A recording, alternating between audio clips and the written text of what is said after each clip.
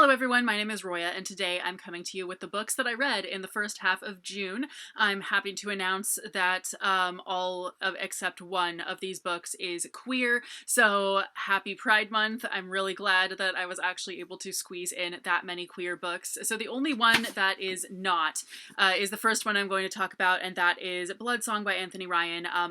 This was a current read for a hot minute. I put it down for like a while before I actually finished it, but this is basically it really gives off Robin Hobb vibes for sure. It's about a guy who is basically orphaned. He's not really, like, his father is someone important, but he doesn't know him, and he's kind of just dropped off somewhere to become a warrior and all of that. And this was a really good book. I really enjoyed it. I really like stuff where it's kind of just like one person's life and goes on and all of that. And I thought that the political intrigue parts were really good. I thought that the really actiony parts were a little like boring and lackluster, but whenever it got to political intrigue parts, I was like, yes, please, and it was really good. So I definitely really enjoyed this book, and I think I'll continue with the series. Flight of the Fallen by Hannah Lee. This is the sequel to Road to Ruin.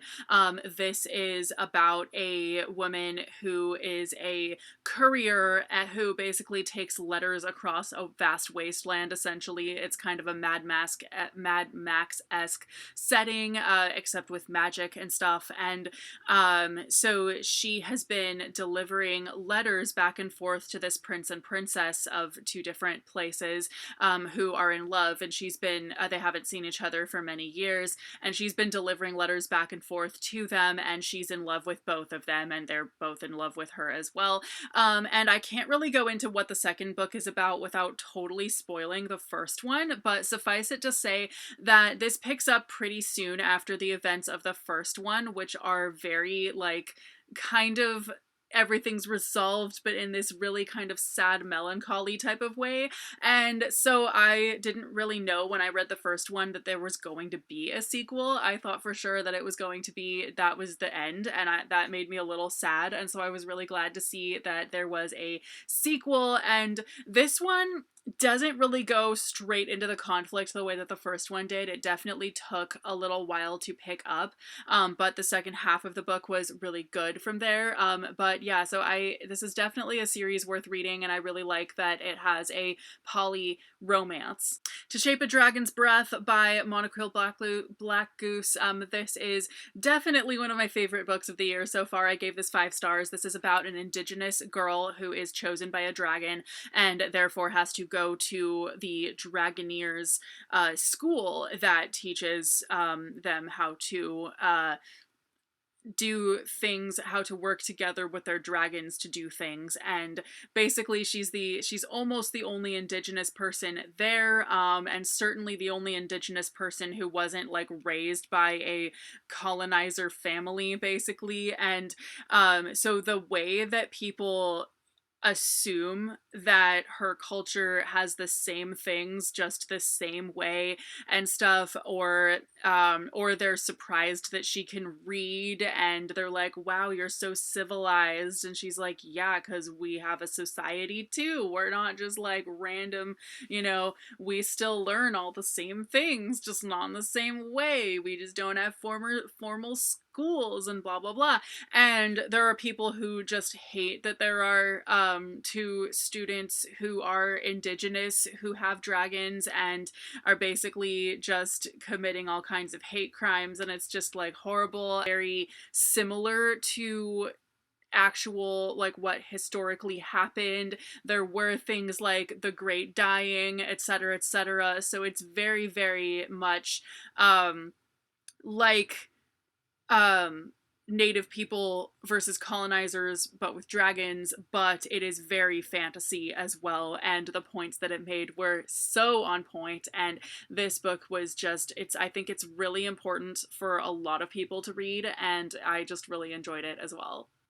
Come Out, Come Out. This is about 3 girls, or 3 kids, who are queer and very much in the closet, and they are very, it's not safe for them to come out at all, and they are being haunted by the ghost of someone who ran a conversion camp, basically.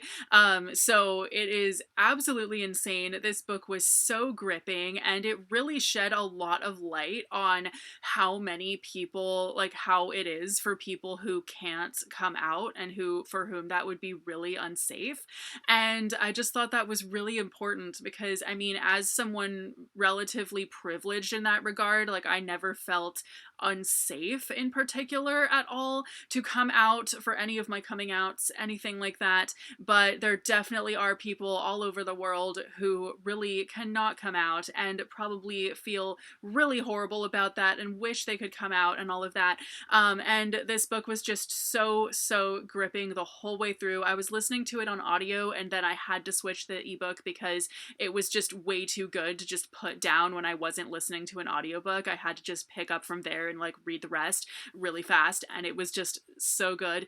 Exquisite Things by Abdi Nazimian, another 5-star read this year.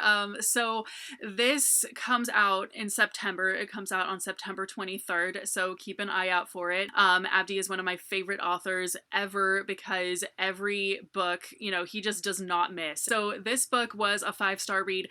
It is about a guy who, from the late 1800s, who wants to be able to live to see a time when he can be gay openly. And so when his father throws our main character's like manuscript of from Oscar Wilde into the fire,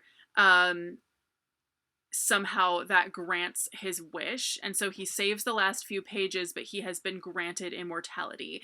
And then he meets another guy in the 1920s who wishes for the same thing, and then he gets granted immortality, but he gets granted it kind of unknowingly because when he wishes for that, our main character throws one of the pages into the fire, and in the hopes that that will work, and it does. And so then basically our other main character resents him for having given him immortality essentially without his permission, even though he said that was what he wanted.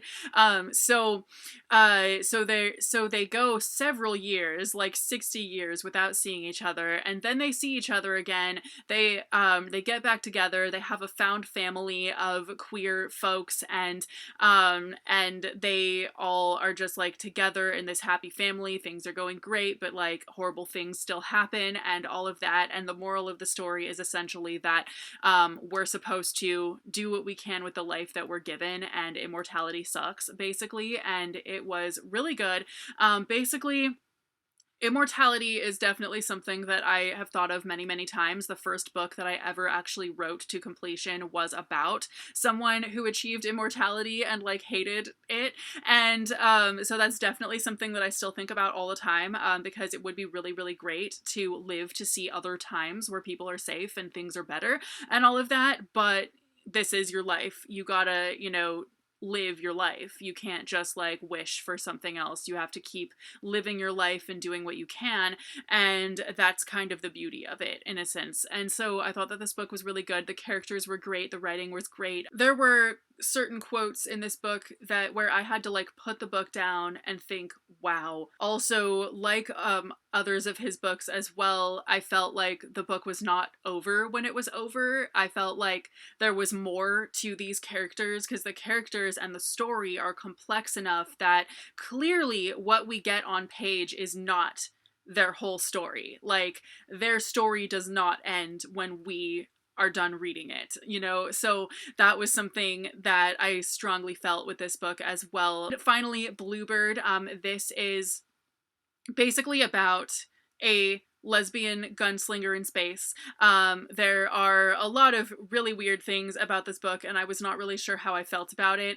There were a lot of characters, there were a lot of things going on. Basically, this is like an adventure and a rescue mission with a colorful cast of characters, but I also kind of wanted more out of the characters and more out of the world, because there definitely were a lot of really good details in there, but it didn't really go into it as much as I wanted. And also, one of our main characters is of a colonized race, kind of, whose culture has been appropriated in a way. And so the story kind of started to go into that a lot, but didn't really go into it enough. And I was kind of like, hey, what about that, all of that. But anyway, this was a really, really good book. So anyway, those are the books that I read in the first half of June. Let me know if you've read any of these and what your thoughts are, and I will see you very soon with a new video. Bye.